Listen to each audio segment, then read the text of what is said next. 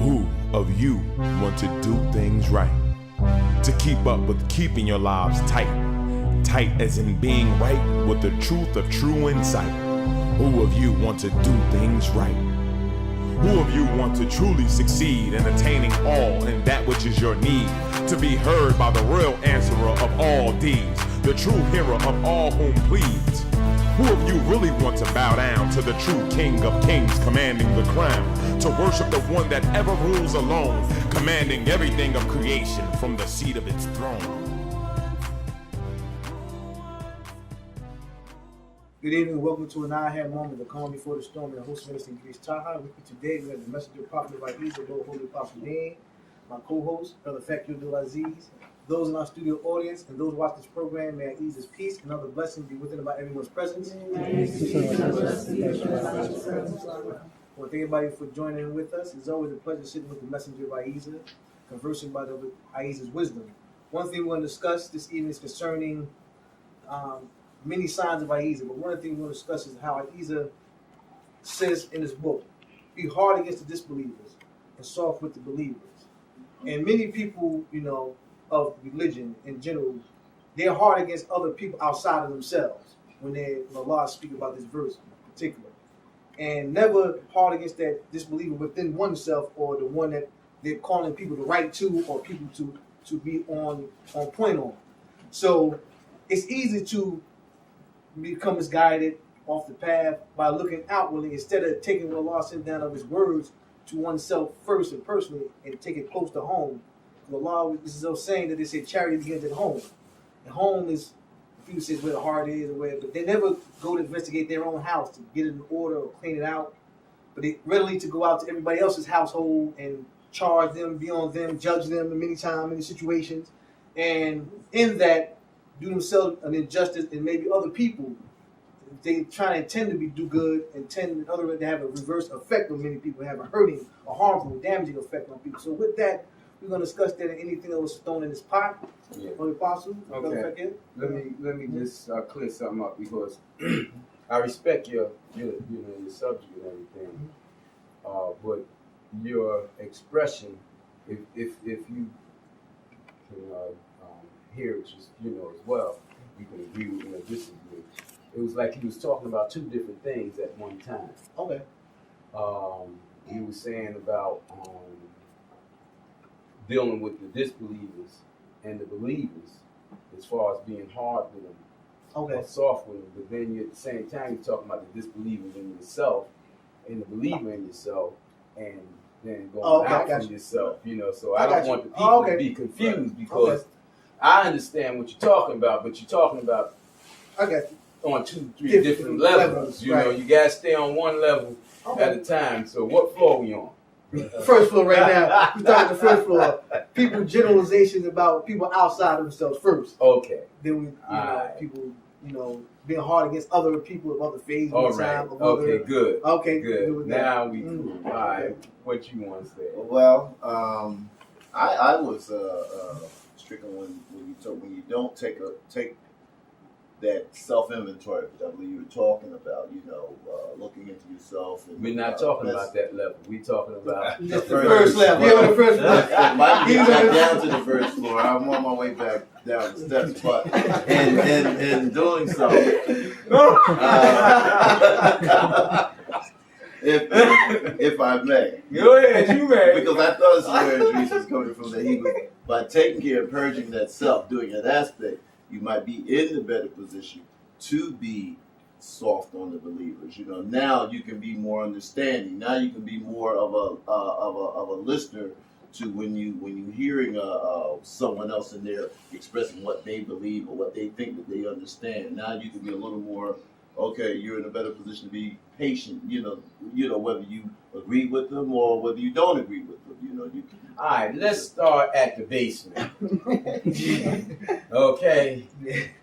First of all, the Lord Most High says, be soft, mild, easy with believers, but be hard, firm, harsh with disbelievers.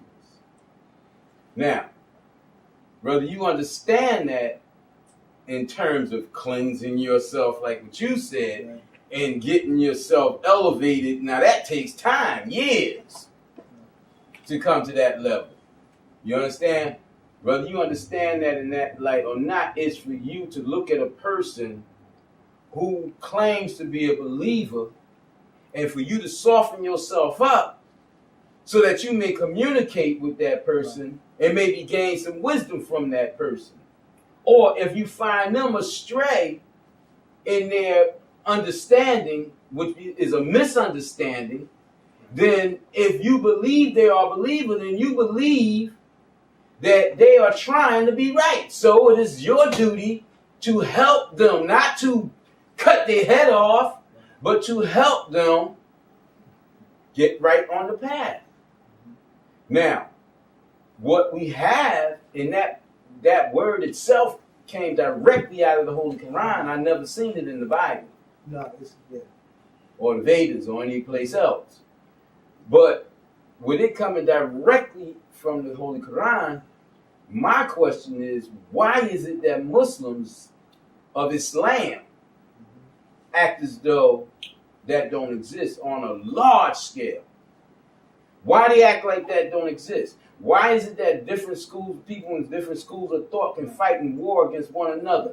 Why is it that people in different mosques and masjids and temples can, in the same city, the same community, and maybe in blocks from one another, few blocks from one another, why they can't get along?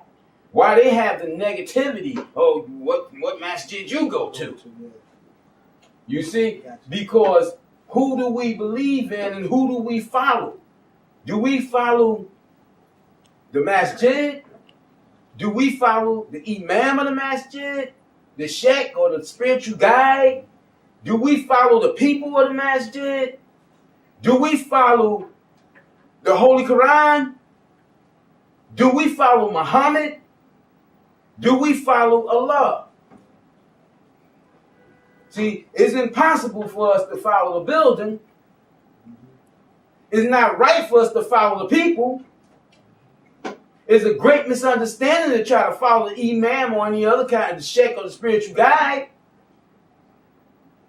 It's impossible for us to follow Muhammad because he is no longer here with us, no matter how much you want to think he is. Just like the Christians think Jesus is their savior, and Jesus long gone.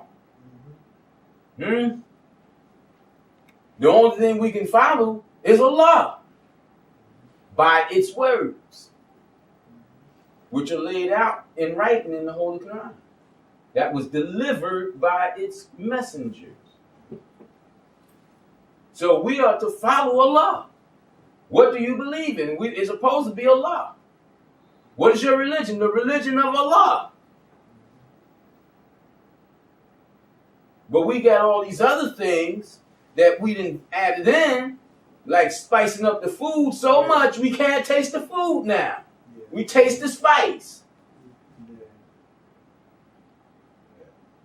When if you stop spicing it up and get the food natural, you'll learn to love and understand the natural flavor, the natural sweetness, the natural bitterness.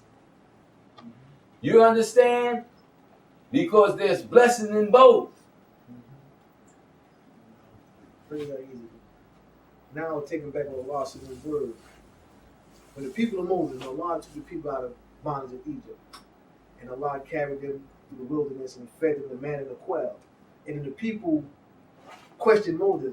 We want the herbs and the spice and the lentils, the spices to go with this. Because those are the same people that said, we don't want no prophet as a leader. We want a king. Same people. Same people? Yeah. Okay, what you want to ask about those people? They took what you just said, the spices. They wanted to spice up Allah feeding them from heaven. They were never satisfied. They are people that were never satisfied. They are people today that's still not satisfied. And those who were orphans, adopted into their religion, or their ways of thinking, that of the Aryan people, they're not satisfied, never satisfied with anything. They want the whole world. The great thing that they, like you said, Holy Apostle, no one ever make the connection. We are those people now as they were then. Like you said, they want the spice and the lentils. But you asked the question, you was posing the statement about You can't follow the building, imams, everything. But people in those houses, they automatically follow the imams, the house that they're in, the community, the book. That's because they didn't let the devil. They done added everything else too. It said the book of law is no more good enough for them no more. Law is not good enough anymore. Right. Like you said, always say in previous shows, it's like you say, A.H.A.D, Allah, shut up. We can't hear no more. Muhammad too holy, so now they've fallen to the companions. We follow the hadiths. All these things now have lesser and lesser gotten away from the book of the truth.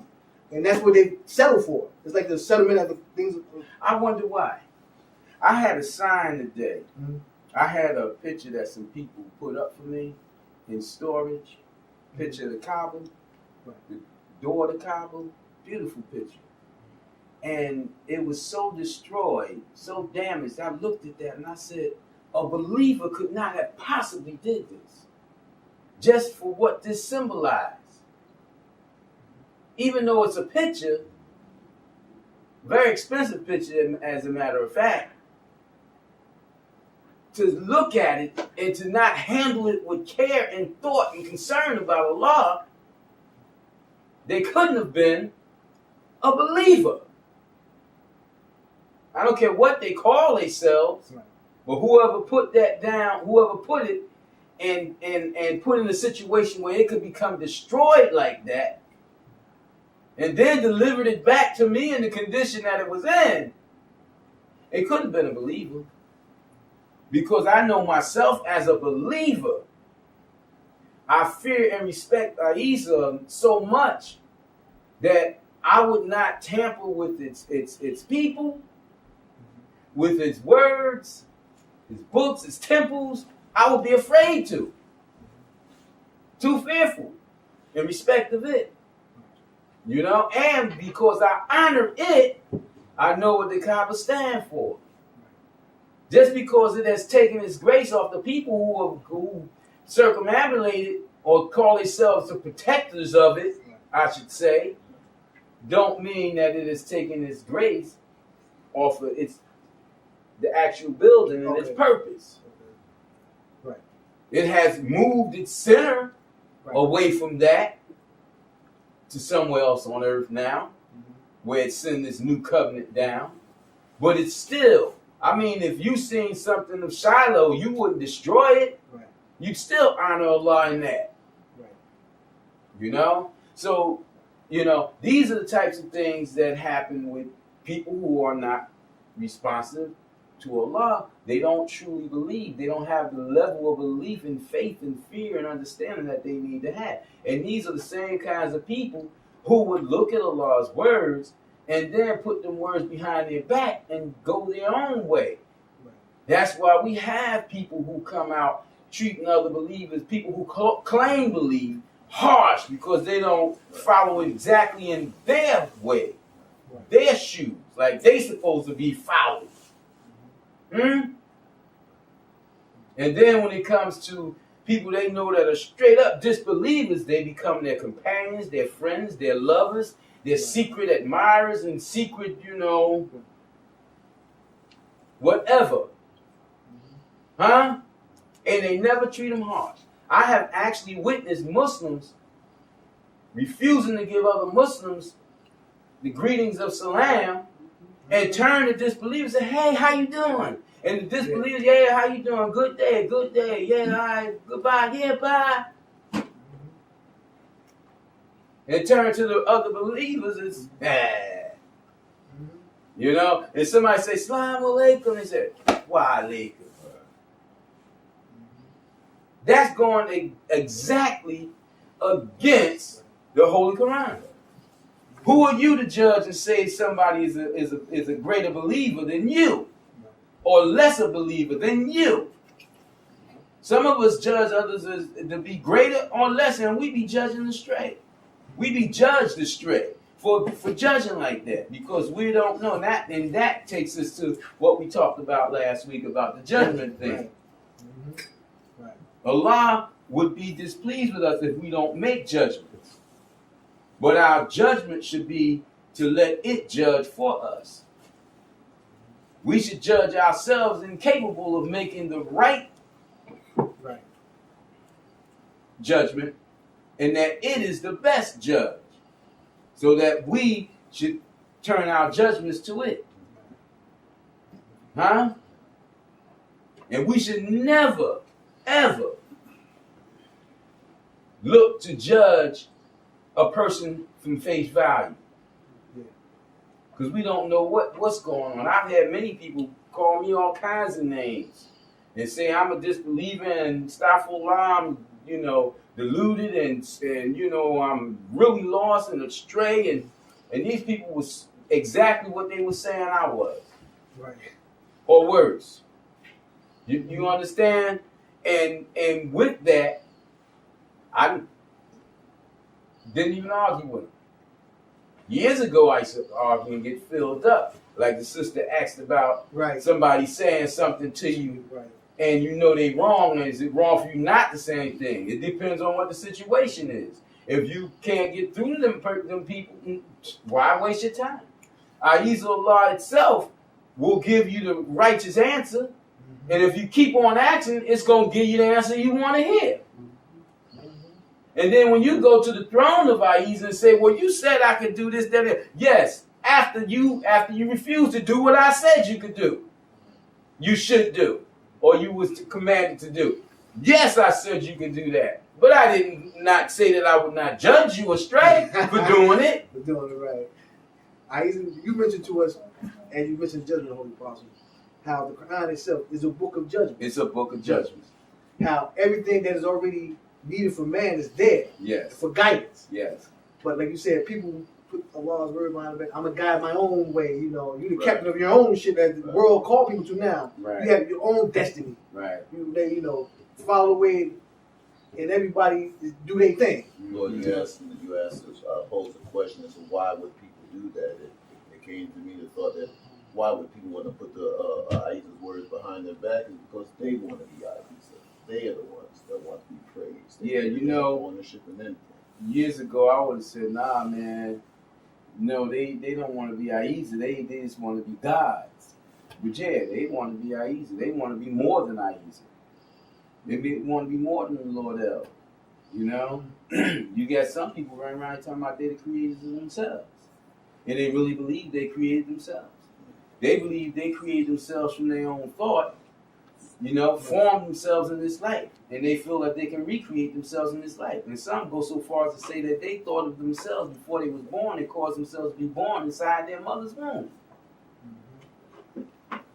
You can believe anything you want to believe. But A.H.A.D says in some books of men who had some insight, as you think, so shall you be. Now, if you think you're a God, you think you're the creator, well, you are. But that in an imaginary realm, not in the real realm.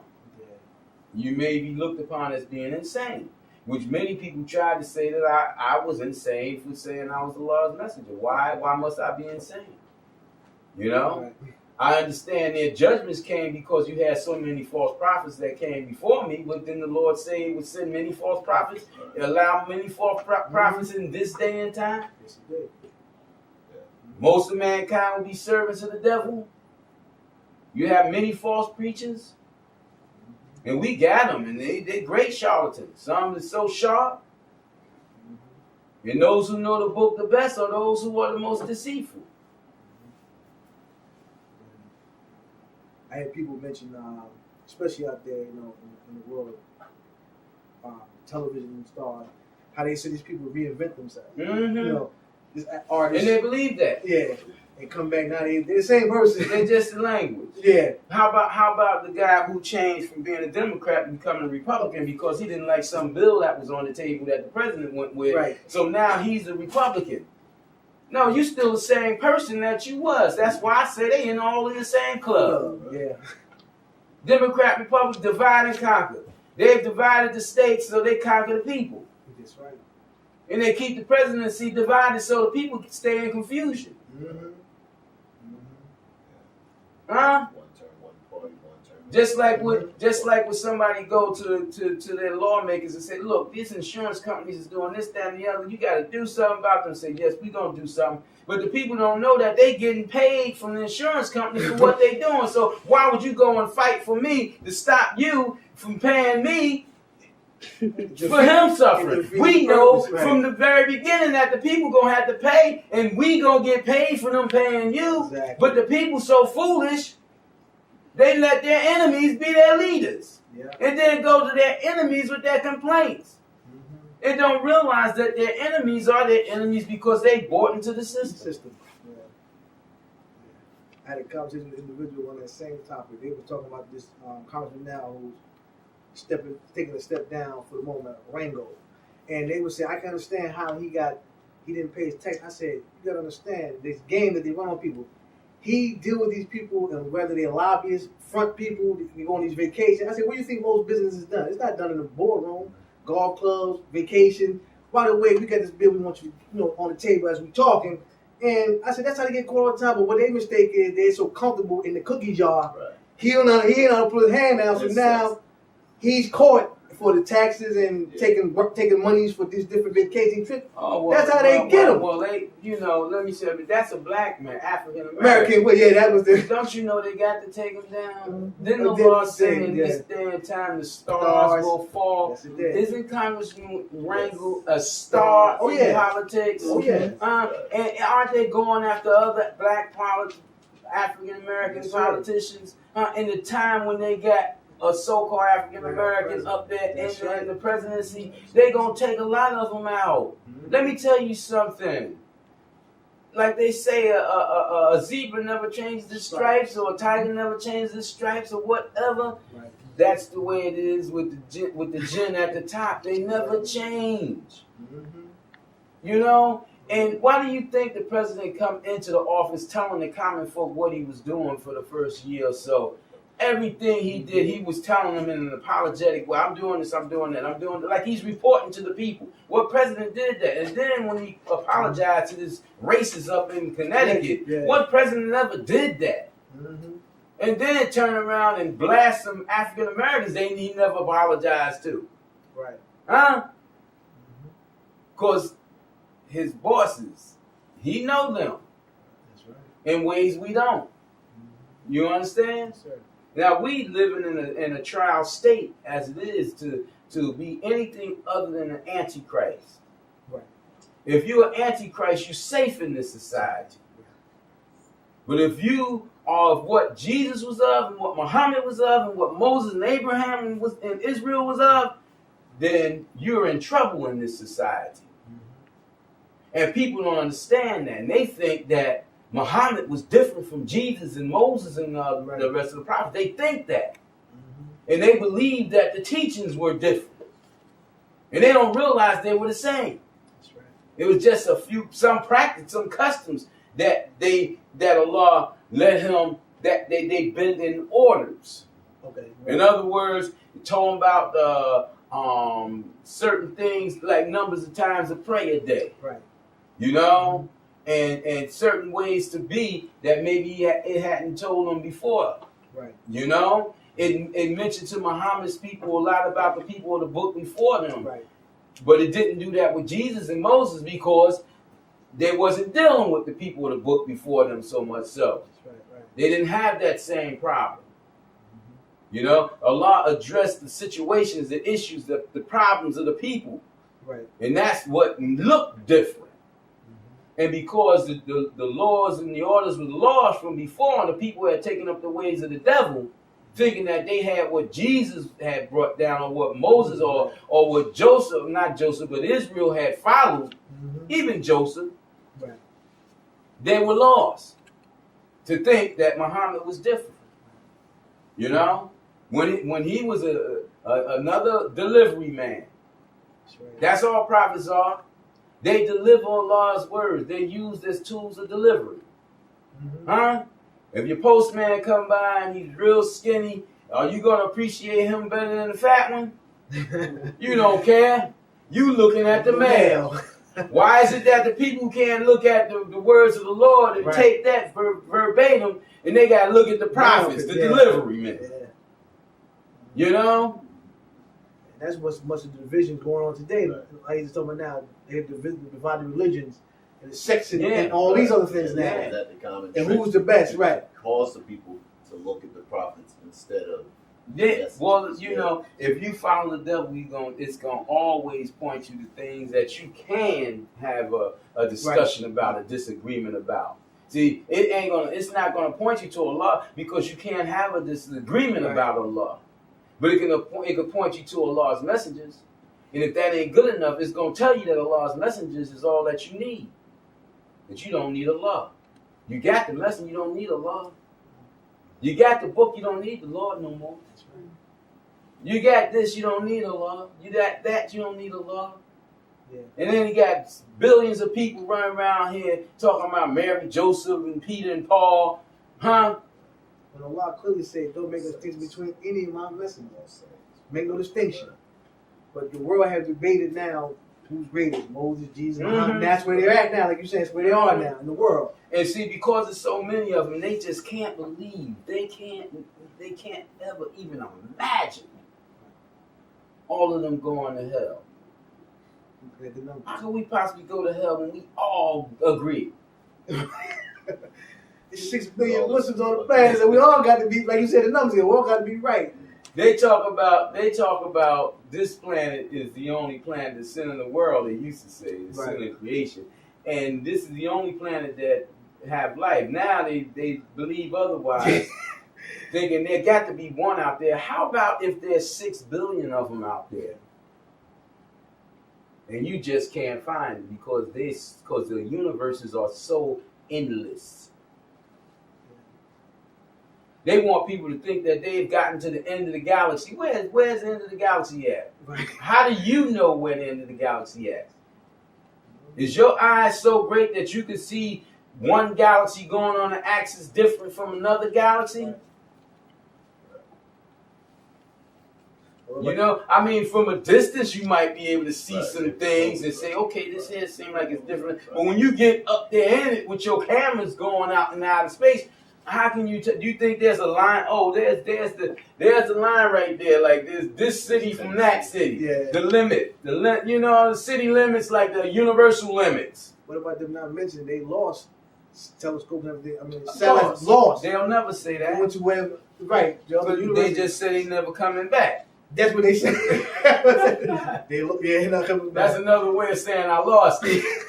It's never coming back. Mm-hmm. You know, it took all the pictures and it just went on into the beyond. We're gonna hold that thought. Yeah, we just got a signal, you know, from our cameramen. That, you know, we don't think of this New York audience that are tuning in and catch the second part of this conversation. Who of you want to do things right? To keep up with keeping your lives tight. Tight as in being right with the truth of true insight. Who of you want to do things right?